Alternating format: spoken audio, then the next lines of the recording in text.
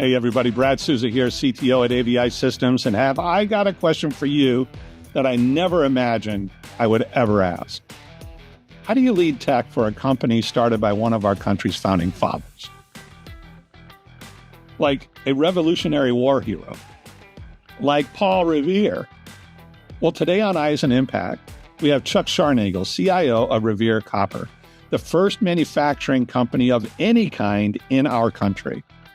Now, Chuck has got a really diverse background in IT leadership, from manufacturing to software to tribal government, and the melding of his experiences has created a super interesting perspective on tech and leadership.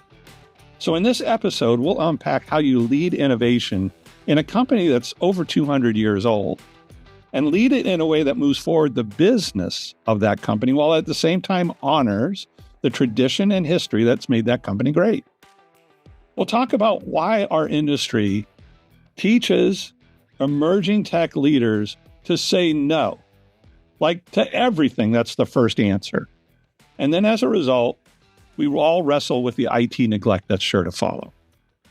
And we'll talk about why IQ isn't the main thing that makes an IT leader amazing. Sure, it's important. We value IQ and the skill set that comes with it.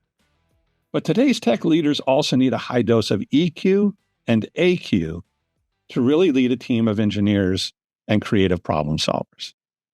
But before we unbox all of this, I want to take a moment and say thank you to our friends at Logitech who have sponsored Eyes on Impact and as a result, given all of us new tools that we can use to be the kind of problem solver that we want to be. So what do you say? You ready for all of this? Well, I am. So let's get after it.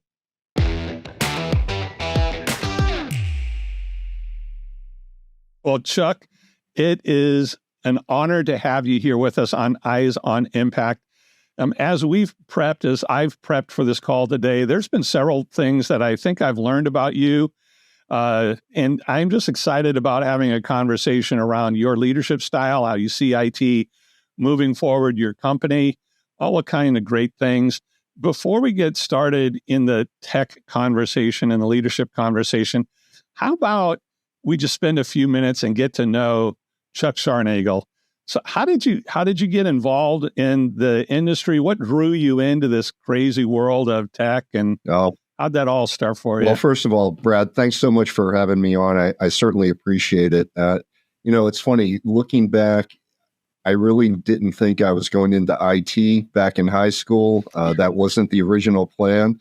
I was big, played a few sports. I loved drama. When I got into college, I actually took a drama class. They wanted me to continue, and then I kind of waited and said, gee, do I want to eat? Yeah, I do. So I better have a real occupation. And that's got into IT. IT was a hot thing back in the 80s. It was kind of hitting. And I liked the dynamics of computers. And I thought, hey, this is something that's going to be around for a while, so I can always find a job. And got into it, liked it. But to be honest with you, I like the business side of it even more. And it allows me to understand, what's going on in a business while impacting a particular vertical piece of that business. So I think part of the message I heard was I like drama, so I got into IT. Is that part of the message I heard? Yeah, that in management, right? Part of being a manager is definitely understanding the drama that goes on. Yeah, for sure. Now, you've had a really fascinating journey. I mean, you've been in software development, you've been in manufacturing, you've been in tribal government. Yep. How did those experiences shape your view on what IT leadership looks like? The nice thing about the background that I have is I've touched a lot of different areas. So, I like to think that I've got experiences in many different places so that I haven't always learned how to do one thing. I've got a lot of input from a lot of really great people. Partway through my journey, I have to work for a couple of guys at Black & Decker and fantastic leaders. I really learned some basics and I followed them from Black & Decker to Fruit of the Loom. And then I followed one of them on to EMC. So through those three, periods of my life, I had some, people kind of watching me and helping me grow. And I learned some valuable lessons, during that time period.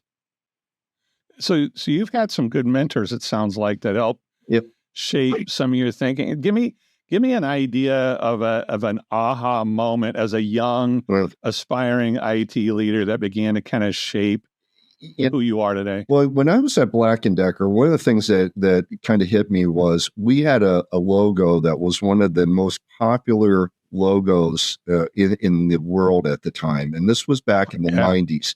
And it wasn't a huge company; it was a multi-billion-dollar enterprise, but it was fairly small as far as the Fortune 500. And my manager looked at me one day and he said, we're a manufacturing company. We do two things. We have to make sure two things occur. We have to ship product and we have to pay people. So all the other things that go into it, those two things have to happen for us to survive. And he brought that up as a point because we were looking at some systems and it was, okay, Chuck, how many drills do we have to sell to pay for that? Is that going to happen? And at that point in my career, I'd never thought about, what does it really take? It was, oh, well, we need 3 more servers and we need, so many more PCs, or we need to buy this package. So we just need to do it. But by putting it in that context, it was, okay, we sell drills for $92 and we're looking for something that's going to cost $76,000. Are we really going to help the business grow that much to offset it? Is it really worth it to me? And since then, I carry that with me wherever I go. And I've shared that with my team at Revere, the same thing.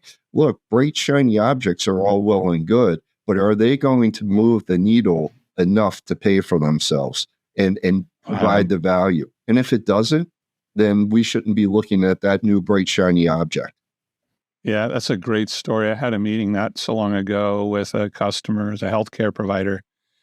And one of the questions that they asked me, we're looking at an initiative around patient edutainment, teaching patients how to care for themselves before they're discharged, things like that. And his question to me was, Brad, help me rationalize why spending the money here rather than buying a new MRI or buying a new surgical suite or whatever it is. Help me understand what the impact is to our patients, as opposed to taking money away from direct care for a child in a NICU, as an example. And so I love that mindset. That's really great. Well, and that's the thing that people don't sit back often enough. We get too focused on our department and our things versus looking at what the business is. One of the things that I don't like is people will always say, oh, you need to make sure IT is aligned with the business. Well, I have a couple problems with that. First of all, of course, IT should be aligned with the business. There's no two ways about that. Why do we pick on IT and say, well, you should be aligned with the business? Not only should IT be aligned with the business, but the legal department should be aligned with the business. Finance should be aligned. HR, everybody needs to be aligned with the business. It's important that all of us are in the same boat and we're rowing in the same direction. It's not just IT that gets in their own boat and rows away. Other departments do that as well. And it behooves all of us to understand, why are we here? We're here to improve shareholder value. There's no doubt about that. But how are we doing it? And are we doing it the right way? Well, you talk about shareholder value. I know that Revere Copper is an ESOP. It's employee owned. We are too. Mm-hmm. That creates an amazing culture around how people align and support one another. Let's talk about Revere Copper for a moment. I'd like to learn a little bit more about that. Your company has got a really interesting history and story to it. Am I right that Revere is not just a namesake, but it's actually tied back to the founding fathers? It's unbelievable. Not only are we named after Paul Revere, but we are the oldest manufacturing company in the history of the United States. And, wow. It's a great story. Apparently, Paul Revere went and requested a loan to start this company, and he wanted to create copper to put around our naval fleet, because the British had copper on their fleet, which helped protect the boats. So he wanted to do the same thing. So that's where it all started. We actually have a letter from Paul Revere, a great history. a lot of pride in it. Apparently, they had the Revere family in a few years back, to celebrate one of the anniversaries. So it's just, it was great. And it is great when you work at a place like a Black & Decker and a Fruit of Loom. There's history there. You're seeing your product. Here is the same thing. It's employee owned, as you say. You can go out, you see the product. Everybody's working towards it, but it has great, tremendous history as well. That's awesome. I love that story. How you talk about tech being a business enabler, and I am totally on board with that.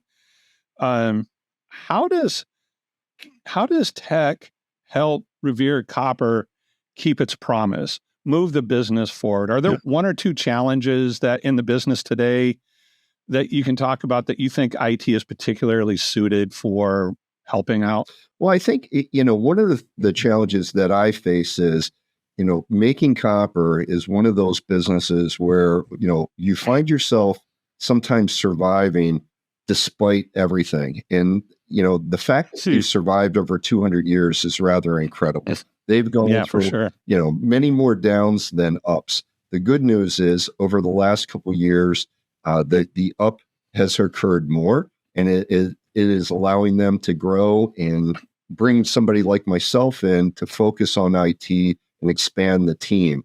But they've used IT in the past and technology in the past where you go out and you'll have a copper line that 50 years ago, 100 years ago, there were no computers attached to it. Now there are computers attached to all of the machines. They brought something in just this past year where it is analyzing the copper as it's rolling through, where it used to take a man or a woman to look at the copper, see it by their eyes and determine, are we running what we should? And now the computer can analyze and make adjustments on the fly. So it's those types of things where you're improving the quality, you're improving the output, and that's happening all the time. So it sounds like tech is deeply integrated in how you deliver product, how you speak with customers, how you communicate value. It's deeply integrated. To your point, it's not a boat that the tech team gets in and rows away from a corporate meeting.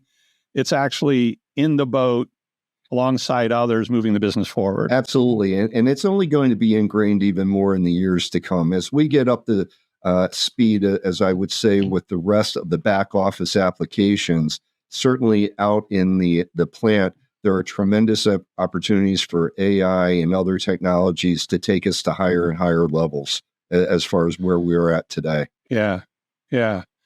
So I want to talk about this idea of how tech impacts and changes the lives of people. Our vernacular around it at AVI is human impacts. Give me just a moment to kind of set up the premise here. So today, we're the largest provider of technology solutions around video and collaboration in the world.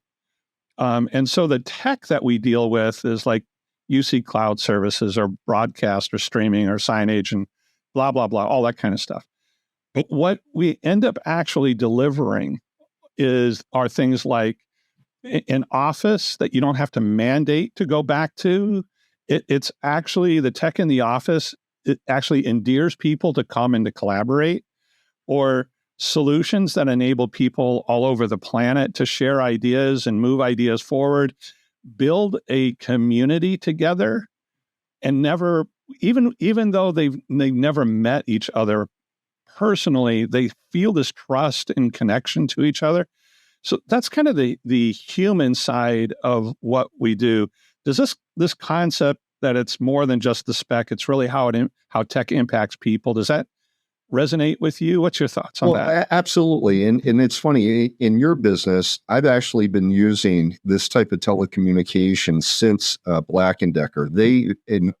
Many of their plants all over the globe, they had set this up back in the 90s to save costs, because as you can imagine, when you're a global company, back then, people were flying everywhere. So they wanted to cut that down. That's right. So I got exposed to it in those days, and it was a great collaboration tool, and we used it all the time. Mm-hmm. But certainly if you fast forward to today, it allows so much more to happen by being able to have just it on your laptop instead of a lot of expensive equipment in a dedicated room, which we had back in those days. Right. It allows people to be on vacation, get away, but if you're needed, they can still call in, or they can plan a vacation around an important event because they can connect for a short period of time, still make an impact. They can still be out with their family. We want people to enjoy their vacations, obviously, but sometimes you're part of a project and the project's been going on for 2 years. You deserve a vacation, but you still may need to be involved. So the impact is real. Obviously we went through this during COVID and having more people work from home, but on a regular scale, this is allowing us to utilize people. Let me step back if I could. Yeah, please. The bottom line is that we're located in Rome. That's the majority of where everything occurs. We just opened up a facility down in North Carolina. That's all well and good, but in the IT market, there aren't necessarily enough IT people located in Rome, New York. So by having this type of technology, I can now hire people in other parts of the country and have them work remotely and have them be very successful. So that's a huge impact. If you have somebody that loves where they live, but they want to work for a company like ours, great. By having this type of technology, it allows it to happen more frequently.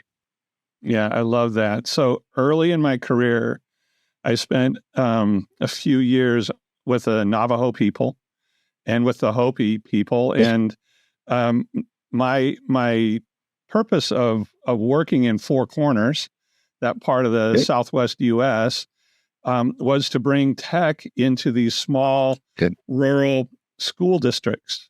And it was there that I think for the first time, I saw how tech done right can absolutely change the lives of people. And I've carried those stories forward. I mean, it seems like you might have a story like that or two. No, you're absolutely right. I mean, working at Mohegan, we saw it all the time where the tribal government would utilize technology and impact people all the time by providing different equipment to people that didn't have access to it. We saw it with working with other tribes, as you mentioned, where they're not in places, and they would be impacted when they got Wi-Fi access or computer access. Right. Things. It's almost like getting water these days. I mean, everybody has Wi-Fi. Everybody takes it for granted. But when you start dealing with people and they go, yeah, we don't have it here because we're in the middle of the desert, literally, and there's no cell towers around. When cell towers are built, that makes a big difference. So whether it's a computer or the signal that gets there, any type of technology makes huge impacts to everybody. Yeah, that's so well said. So for an organization like Revere Copper that has the legacy that your organization has, how do you strike the balance between innovation, moving forward, and honoring the legacy and the history of the organization? How do you do that? Well, I think, again, it goes back to some of the things that I said earlier. What are we there for? Our job is to make copper and get copper out the door. And, I've looked at my team over the last year and said many times, okay, what's the impact of what we're doing? How can we impact out there? My technology and myself walk through the plant and we try to be proactive. We see what people are doing. Okay, is there something that we can suggest? Are there other tools? Are there other applications, hardware, whatever, that we can suggest that may make an impact? And at the end of the day, we have to look at it and say, oh, you know what? There is something that'll make an impact there, but the expense doesn't make it worthwhile. So we'll keep an eye on it. If the price goes down, that's fine. If there is something that can make an impact, we bring it up to the other operational leaders and say, hey, have you thought about this? One of the things that I want to do next year is get to more manufacturing conferences so that my team can be exposed. What other things are out there? I mean, one of the challenges with Revere is we're probably like a lot of other organizations, particularly in IT. IT guys, the people that I have, the guys and gals get into their habits. And, Yes. you got to kind of kick them a little bit to get them to go look at something new, to bring in those vendors and kick the tires and see what else is out there. And they go, oh, they want to go on a conference, but they have a project. Well, you always have projects. There's always something going on. You've got to break away and go look and see what else the marketplace is offering. And then you come back and, you have those discussions. And sometimes what looked really good at the conference doesn't look so good when you come back because of cost, because implementation times or those types of things. But at the end of the day, have the discussion about it. Let people know that there are other technologies, other solutions out there, and they're available. How often do we hear from somebody, this has been a pain for the last, 18 months. Really? Well, if you had told us, I know of something that can fix that, so you've got to find a way to be a meeting in the middle, throwing up ideas and suggestions because there may be pain points that you're not aware of, and throwing up those ideas and suggestions because the people on the other side of the fence might be going, well, if I just had something that would do this, my life would be easier. So you've got to find ways to answer the questions without being asked, if that makes sense. Yeah. So good. So I started my tech career in manufacturing, and it was around fiber optic video systems. So I've been in this business for a while. I remember at that time, our products were all made in the U.S., and my office was near the manufacturing facility for the products that we made. And I remember walking across the production floor, and there was just rows and rows of people stuffing circuit boards and putting components and that kind of thing. And so I stopped and I asked this one gal, I said, so what are you making? And she goes, I knew she was making one of my products. Sure. And as a product manager, I was constantly fighting for space on the production line, right? And so I asked her, so what are you doing here? And she goes, I don't know, I'm just making this. And she showed it to me, and I said, so that's one of mine. Do you know who the customer is? She goes, I have no idea. Well, here, let me just take your Traveler. So I took that, went back, looked it up, and came back and said, so what you're making right now is the video transmission upgrade to the NASA command center in Houston. Wow. And she's like, wait, what? About that time, I had 4 or 5 other people from the assembly line listening to the story. I never had a problem getting product made after that, because every time I saw somebody working on something, I told them the purpose behind it, and it like created this energy around the value of what we do. That's, I think that's, how do I say it? I'm in agreement to share more information because, when I worked at the Black & Deckers and Fruit of the Looms, and you could see your product out in the store, if I was in Home Depot and somebody's looking at a Makita drill, no, that's not what you want. Right. You want to buy the DeWalt. And you know why? Because I helped build those, because I took a lot of pride in that. And people do take pride in it. I mean, imagine how that person went home and goes, I'm making something that's going to be in NASA, that's going to help put somebody on the moon. That's right. And yeah, it's a small piece of it, but without all those small pieces, it doesn't happen. So I think that's one thing that sometimes on the business side, they forget that pride of what you do is important no matter what your job is. Even if it's IT, the person assembling it, the person cleaning the office, whatever, everybody needs to be in that boat rowing together to get the finished product. Yeah, so you and I as IT leaders, I mean, we're constantly, we've got one hand on reality of today, and we've got our eyes looking over the horizon. How do you motivate your team to do the same, to imagine bigger, to imagine that this isn't just a initiative to migrate to some new cloud service or ERP platform, but it really has an impact to the people who are going to consume it? How do you do that? Yeah, that's a good question. You've got to be good at telling stories and getting people to buy in. So true. You got to be Yeah, able so to true. paint that picture. And unfortunately, I'm not very creative, so I'm not always good at that. But it's much like when a CIO comes into an organization like I did a year ago. I have a lot of people that have been in this organization. Revere is the type of place you don't leave. People stay there for 25 Right. years. I can't tell you how many people retire from there or leave and come back to there because it's just that type of business. So the two people reporting into me have been there 13 years and 10 years. Thus, they have a way that they do everything. So I come along, I replace their boss who finally retires, and I say, okay, the executive team wants some different things going on. I need to make some changes. And they're looking and going, wait, changes? No, we've done everything this way for a long time. Why are we changing? And over the last year, I kept looking at my head of technology saying, you've got to trust me. You've got to take that leap of faith and hold my hand, come with me. I will take you down the steps and I will protect you. It will be fine. And we're now a year into that cycle. We've had this discussion, literally this discussion. Jeez. And I had a follow-up just a few weeks ago. And I said, Peter, we're in a much different place today than you thought we would be. And I know you think differently. And he goes, you're right. I do. I see it now. I see what you were talking about. So you've got to be able to communicate. You've got to be able to paint that picture. You've got to be able to use examples and walk people through logically and show them how you're getting there and show them as you're getting there.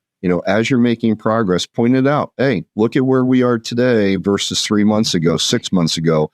The dots are starting to fill the picture in, or are they not? And they go, yeah, I feel a little bit better. And then 3 months later, they feel better. And, I think that answers your question. Yes? Yeah, it does. I agree with you. I think storytelling is so incredibly important, and teaching, my reports, the people who report to me, the importance of imagining and telling a story about where we're going. Because at the essence of leadership is the ability to take people someplace they can't go on their own. Right. If they could, they wouldn't need you. Right. Right. And so helping people kind of imagine what that is and then create a plan or a pathway to find ourselves there. Well, you're right. And when, the CIO talks to the CEO, most of the time the CEO will say, I don't know technology that well. And, they're very quick to point that out. So it is your job to fill in those blanks. Well, why do I need an ERP system? Why do I need this system? Well, it does these things and it will give you these benefits. And you have to understand, if you don't spell that out, they're not going to buy into it. And, it is funny part.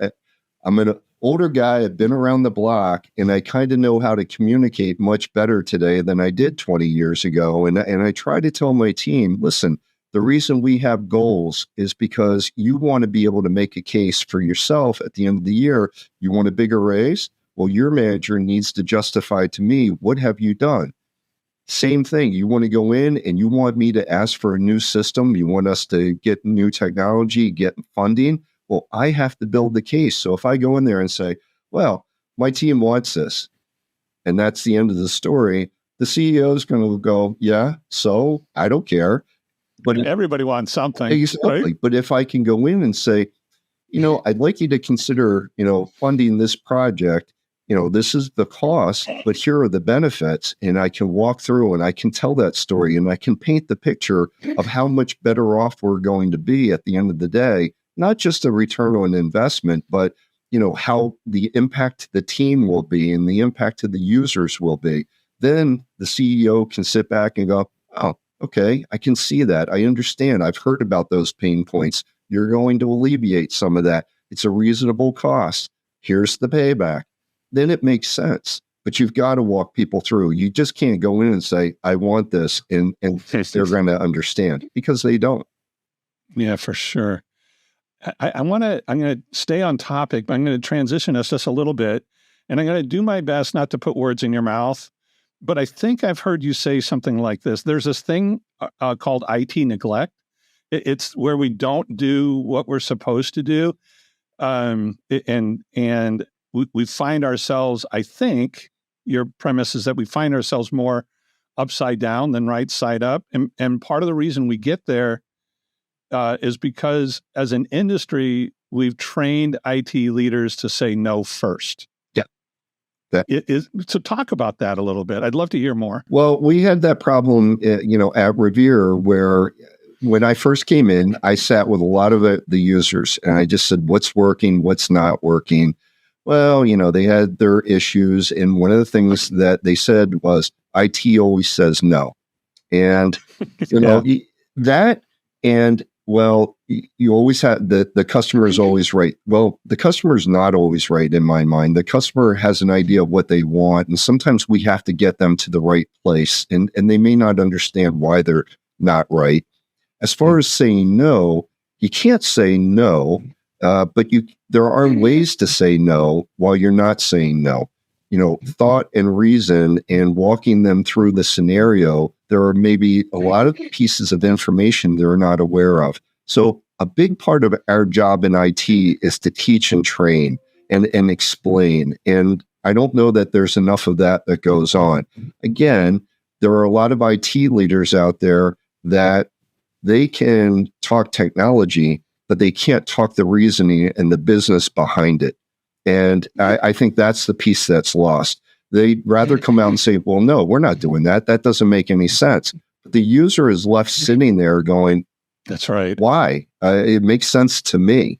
And if the user isn't satisfied, at the end of the day, we are a service, portion of the business. That's right. If the users don't want to use us, that's a problem. And I've talked to and been in so many organizations where the CEO will say, my IT department, they don't understand what anybody wants. So they just go outside and they bring in people to handle, whatever finance is asking for or other departments. And you have the shadow IT groups. How much money does that cost you at the end of the day? That's right. And they know that, but they don't fix IT.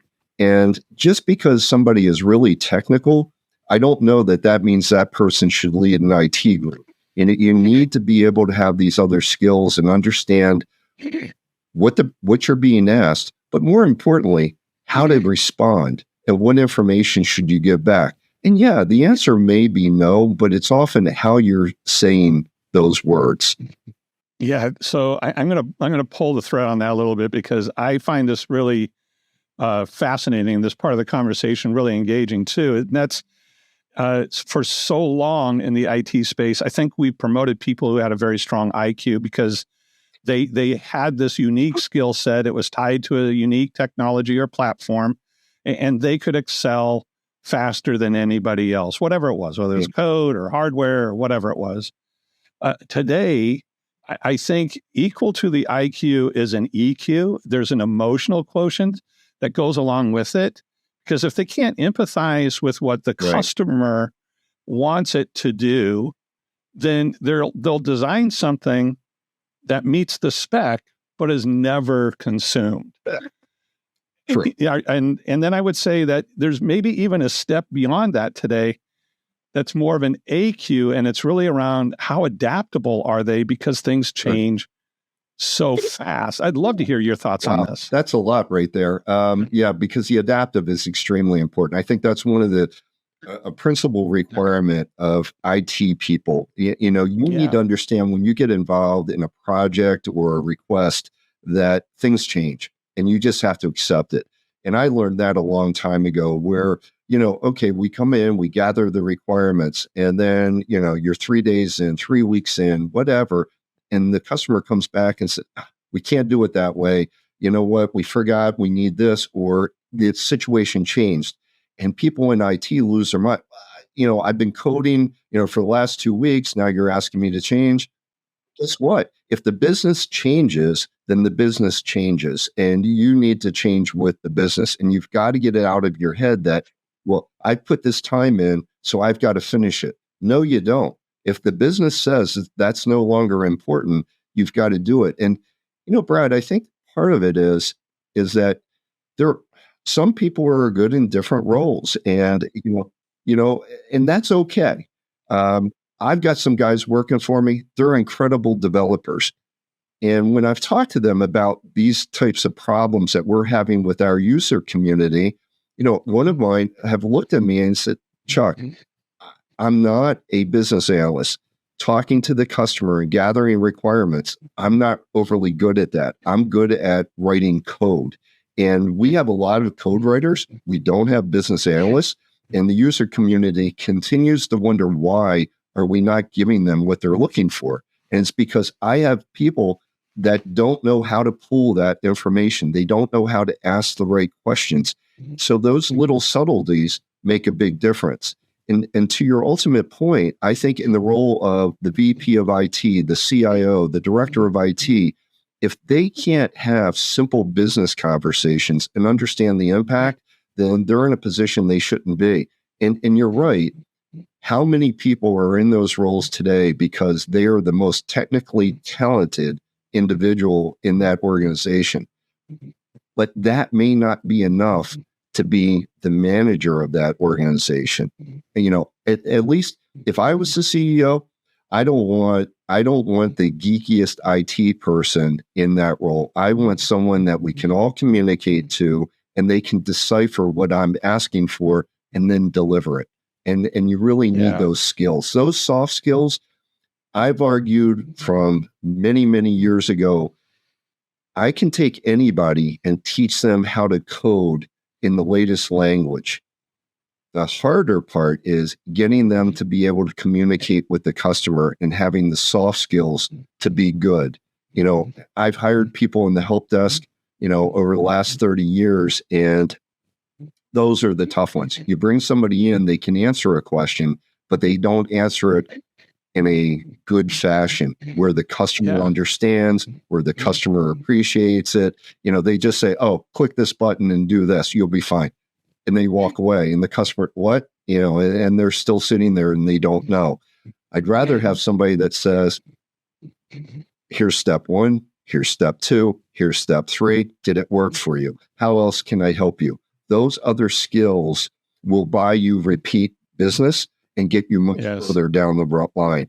Plus, if you have those skills and you're in other roles within IT, it pays off in many, many ways. If you're the project manager, if you're the business analyst, even if you're the developer, those soft skills set you apart, I think, in today's world.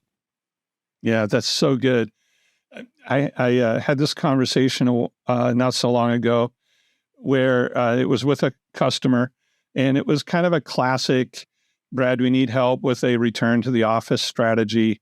I know we own a lot of the technologies that we need to develop to really encourage people to come back to the workplace.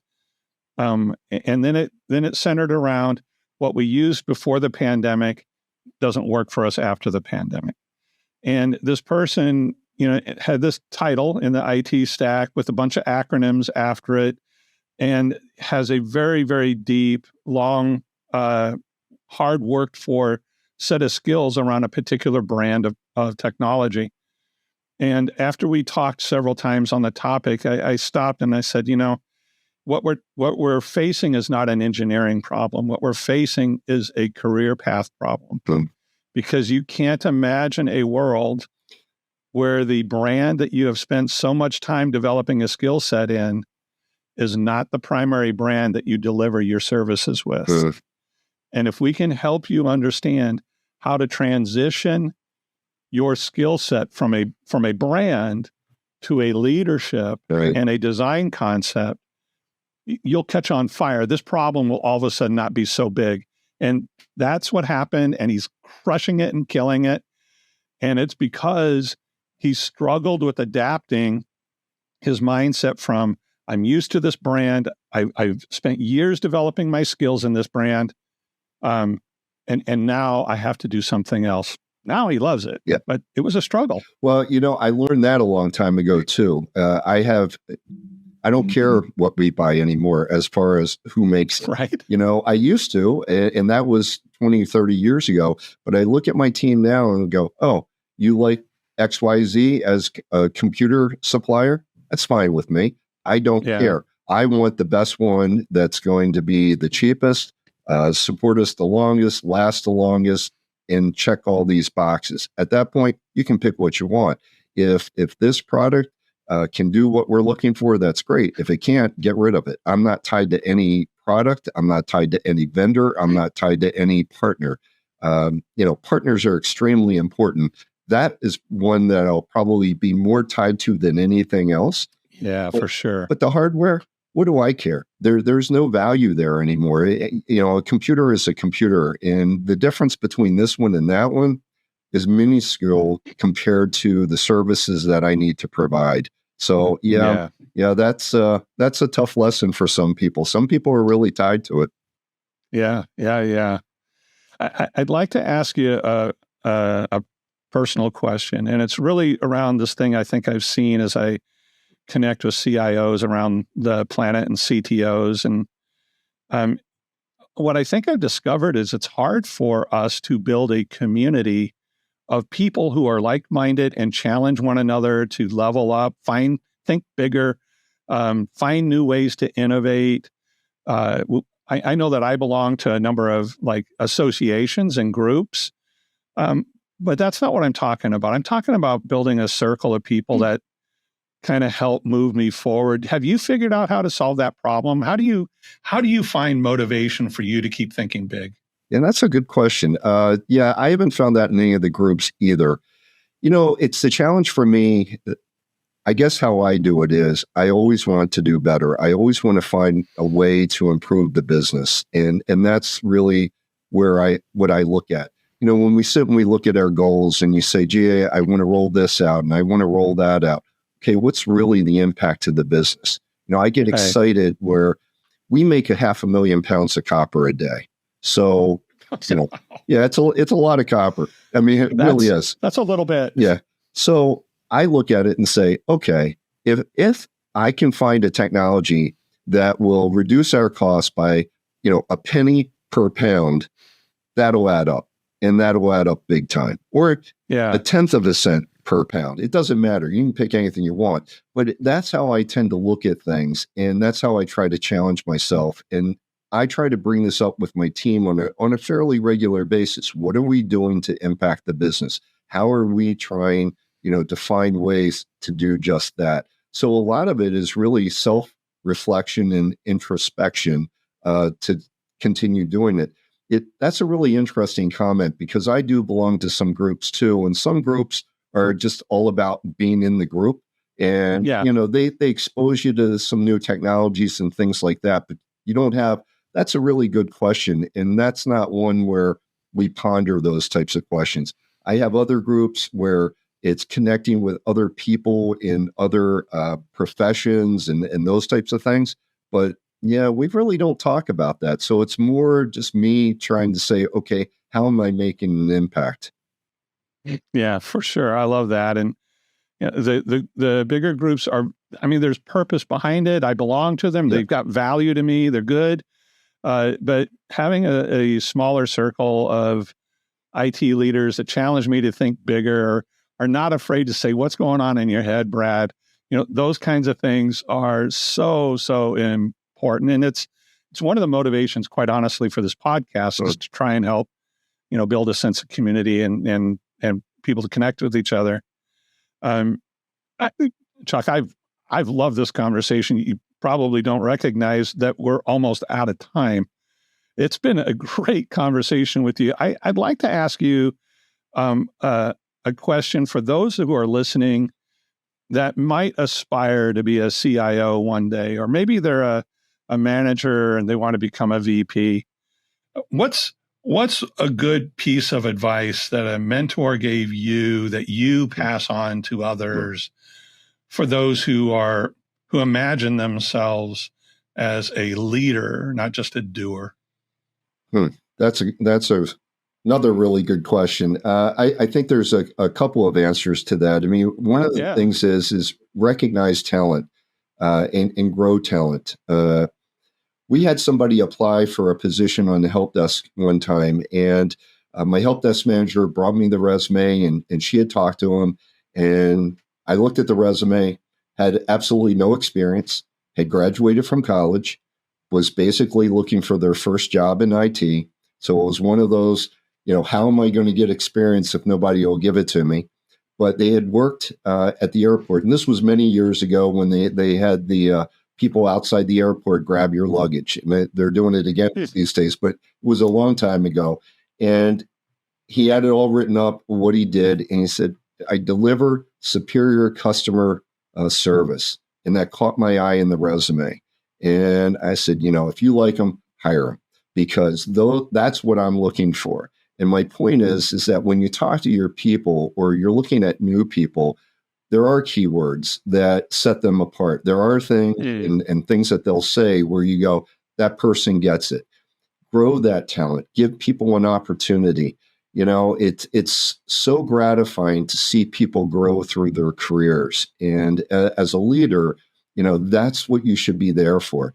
I'm in the corner office. I'm appreciative that I'm in the corner office. I've worked hard to get to the corner office, but I'm not going to be there forever. So it's my job to get people ready for it. And I'm fine with that. One day I'm going to get to retire and sit back, or I'm going to go someplace else. But I want to have people that have grown while I'm there and have learned, solid traits that will get them prepared for that spot. And I think that's one of the biggest things that we should do, and we should keep in mind as we deal with our talent.